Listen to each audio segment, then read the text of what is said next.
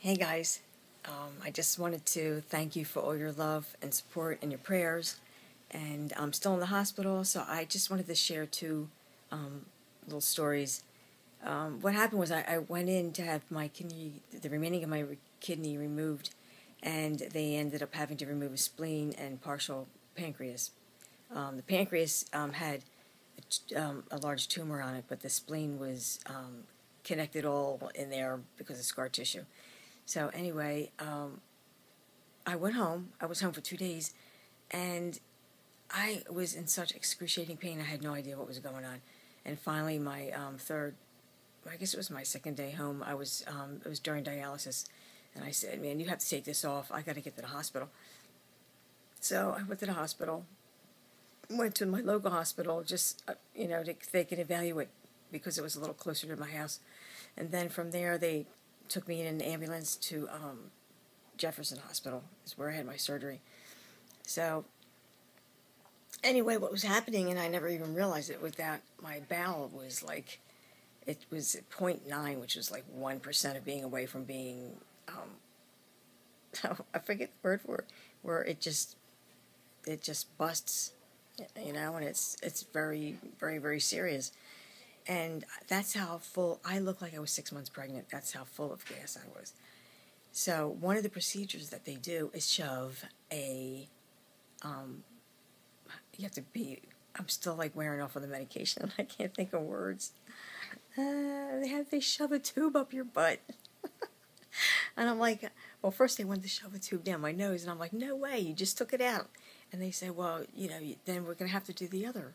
I said, okay. So they did it. Then, and mind you, it was two young men.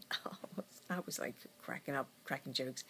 So they come back a couple hours later, and they said, it's twisted, we have to fix it. Oh, geez, well, go ahead.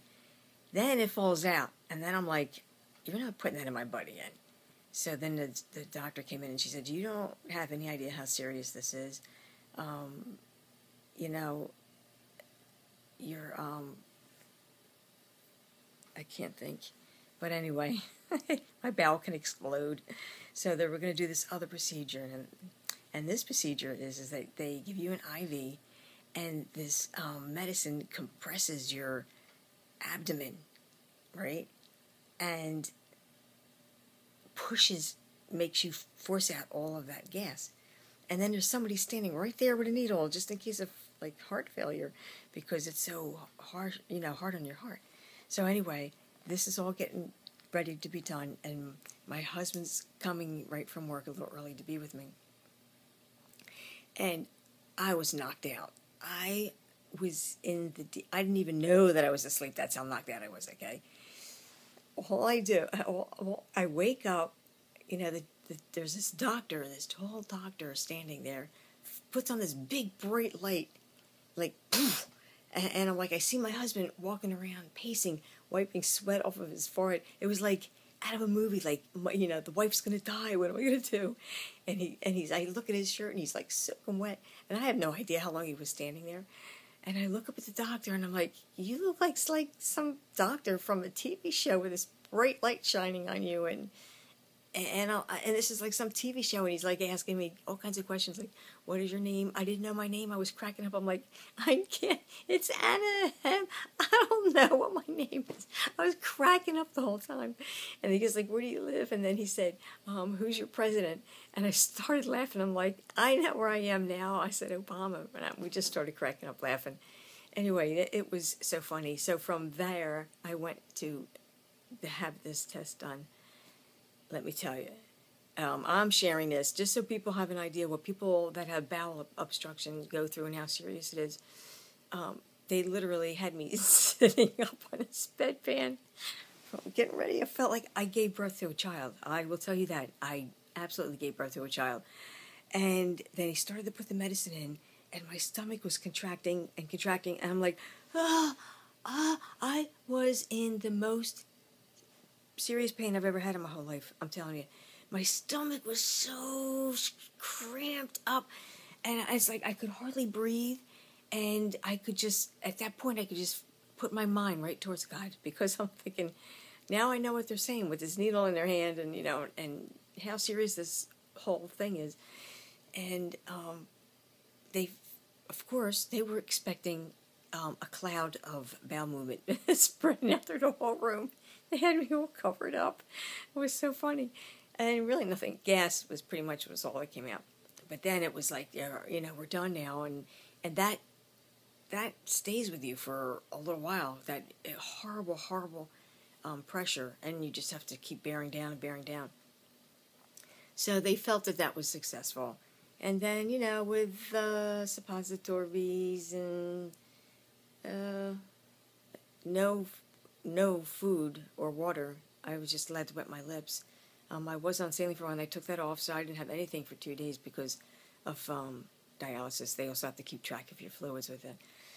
So anyway, those were the... Oh, and one other funny moment. You know, I only have one arm because you can't put... you can't draw blood or IVs in an arm that has a fistula.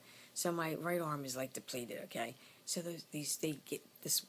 It's been good all up until now. I think one person missed once. That's been great. But I wore out my stay, I guess. And the one young nurse missed twice. And it was okay. It wasn't that painful. They brought these 2 other nurses in, and they were 2 young girls. Very cute, attractive blonde hair. They have my arm set up. One's over... Yeah, the one ends up over here. So they're both on my right side, you know, working on my arm. And she starts to put it in, and I'm telling you... I've had a lot of IVs. This was the first IV I ever felt, and I actually yelled out, which I never do. I yelled out the second time, looked over at my wrist and saw this big thing right on my wrist bone. And she said, okay, we got it. And so I just rolled my head over, and I was just relaxing while they were getting, you know, all the tape and the prep, and I'm just laying right here. And all of a sudden I turned around and I went, I hate you. And you should have seen their faces. Both their eyeballs went like this. I started cracking up laughing. They started laughing. I'm like, I'm sorry, I just had to do it. She goes, that was creepy.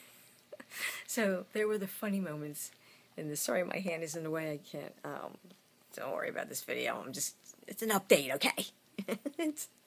All right, love you guys, and hope to, you know, do some more videos. Videos that are going up now that I did, you know, a while ago, and I had a little, some stored away. So, I miss my friends on Facebook and Google.